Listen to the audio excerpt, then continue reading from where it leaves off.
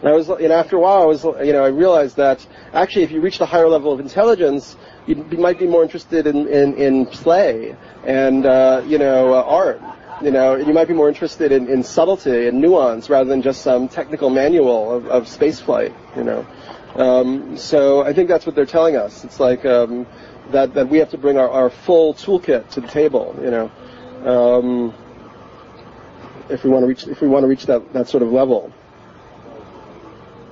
So for my book, I then began to look at a whole bunch of different kind of models or matrices or philosophical idea systems to think about what this dimensional shift means and how we could kind of conceptualize it and sort of bring it down to earth so we can kind of hold it and integrate it with our own lives and our own perspective and what that kind of means. And one way, as I mentioned, was this notion of apocalypse. And I read some really great Jungian books by the disciple of Jung, Edinger. One is called Archetypes of the Apocalypse, and he really sees the apocalypse as an event in the psyche. He thinks that it's it represents the coming, the self-realization of human consciousness, where you integrate all of the kind of shadow material, the dark and the light, so you don't have to project it anymore. But at first you have to go through that projection situation, which is what we seem to be doing right now. On a global scale, we're just constantly projecting our shadow deeper and deeper into the material world and into socio-political conflicts and so on. So we're not able to really reconcile our situation. So part of the apocalypse would be, this revealing process. And if you look at the Book of Revelation, in a way, it's really like a tantric text. There are all these, really intense imagery, like the angels who are dropping these kind of, vials of wrath are doing it from golden bowls. And the whore of Babylon drinks the disgusting filth of her fornication from a golden cup, which symbolizes kind of the vessel of the higher self. So it seems to be pointing out that you have to just work with all levels of the psyche and all levels of the shadow material and really do the work to integrate that. So then also I got really interested in the whole idea of the Kali Yuga, which is from Hinduism. And according to Hinduism, there are 4 ages. There's a golden age, silver age, a bronze age, and an iron age. And each one is progressively shorter and faster and sort of darker than the previous one. And they say that we're in the Kali Yuga, which is the age of materialism and kind of destruction. And Kali is the goddess of sort of destruction. She's the sort of wrathful entity who's dancing on a corpse, and she liberates through decapitating. And then I also got interested in the idea that Kali is also the wrathful manifestation of the goddess Shakti, which is the sort of deity of energy, especially sexual energy, in any form of manifestation. And her consort is Shiva, who represents kind of universal consciousness, which is like the masculine principle. And it's their union which kind of holds reality together. It's in the book. It's lengthy to explain, but it seems to me like that the Kali energy that's really part of our culture has to be deeply kind of interrogated and understood. And one way to think about it is if you think about archetypes, when we have this notion of that our culture is materialistic, and the word materialism, the root of that word is mater, which means mother. But it's like we've taken the sort of negative side of the mother archetype. So instead of nurturing, it's kind of aggrieved, possessive, enraged, and so we've created these systems, we've inherited these systems of kind of false nurturing or artificial nurturing, which are trying to constantly fill the void that's lacking because people didn't get this actual nurturing. So you have like fast food or sugar and starch substitutes. In every way, it's the culture's kind of shorting out gratification, and so I think that the sort of understanding this kind of Kali energy is really, really important in how it manifests in personal lives and personal relationships, and really trying to kind of bring Shakti back into balance. Is really intense work that everybody here is involved with, whether they know it or not.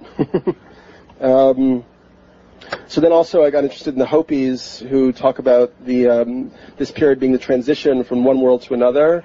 They say that this is the fourth world, and that we're moving into the fifth world, and there have been 3 previous worlds. I mean, it's more complicated than that, because in a sense for them, all time is happening at the same time. They just have a different vision of time than we do, which is embedded in their language in a way. And the Mayans and the Aztecs similarly talked about this being the age of the 5th sun transitioning to the 6th sun. And the Aztecs, who kind of inherited the Mayan culture but kind of debased and degraded it, were doing huge amounts of human sacrifice at the end of their empire, I think as much as like 50 or 70,000 people a year, and they were doing this in order to keep the sun alive. They felt that if they didn't do all the sacrifice, the sun would simply go out, and then they'd enter this transition period into the 6th sun. So then I also got starting from my first book, got very involved in the ideas of Rudolf Steiner, who was an Austrian clairvoyant and visionary philosopher, who is just absolutely extraordinary and I think very, very important. I really feel that his ideas are going to be like as important for our time as Nietzsche's were for the 20th century, really giving us a different foundation and just an approach to reality on so many levels. But Steiner basically said that he realized that the mission of his life on Earth was to bring the knowledge of reincarnation back to the West, and this knowledge had been lost since the beginning of Christianity, and that just as Tibetan Buddhists talk about, where they recognize these lamas who keep coming back in life after life, that had also been going on in the West because we'd lost the knowledge and the understanding, and it had been happening without people recognizing it. So he did these books called Karmic Relationships, where he would track particular Western individualities back through a whole series of lives. And Steiner also said that not only do human beings reincarnate again and again, but the Earth itself reincarnates, and that this is the 4th incarnation of the Earth. That was his theme song, in fact, actually. That this is the 4th incarnation of the Earth, moving towards the 5th incarnation. And he was very interesting that he actually elaborated some of the ways he thought the sort of physical organism and the spiritual organism would shift as we moved into this next incarnation of the Earth.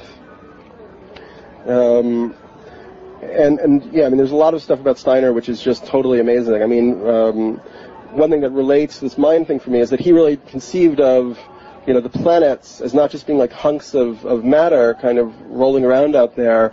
They were more like kind of vibrational matrices or kind of other modalities of consciousness that were in a kind of harmonic relationship to the Earth,